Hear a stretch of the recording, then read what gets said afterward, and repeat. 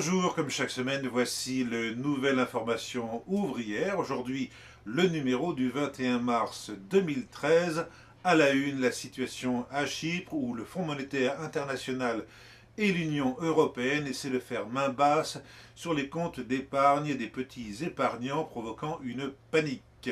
Ces événements posent de façon aiguë le problème de la rupture avec l'Union européenne qui était au centre des travaux de Tarragone où 160 délégués se sont rassemblés venant de 13 pays d'Europe.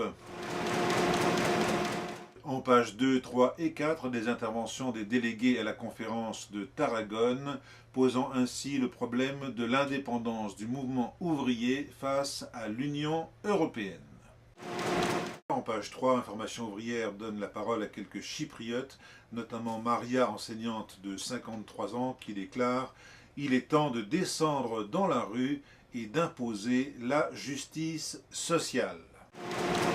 En page 5, François Hollande à Bruxelles déclare « Nous sommes les bons élèves de l'Union européenne. Les conséquences ne se feront pas attendre. Le gouvernement s'attaque de manière renforcée aux allocations familiales, à la retraite et est prêt pour cela à procéder par ordonnance. »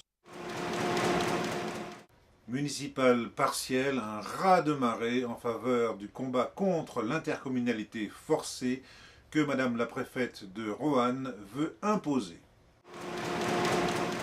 Réforme Payon qui vise à territorialiser l'école républicaine alors que Martine Aubry à Lille décide de repousser l'application de cette réforme à 2014. Au Parlement se dessine un véritable consensus incluant l'abstention du Front de gauche.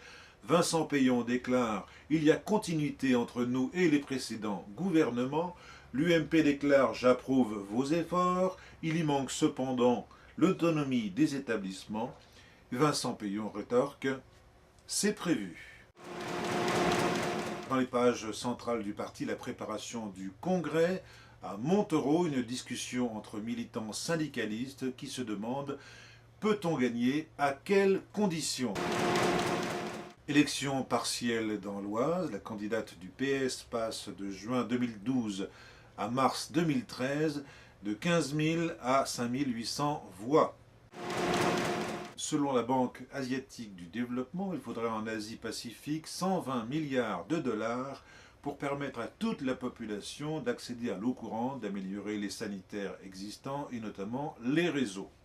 120 milliards de dollars que la population n'aura pas. Mais il a fallu 600 milliards pour faire la guerre en Afghanistan.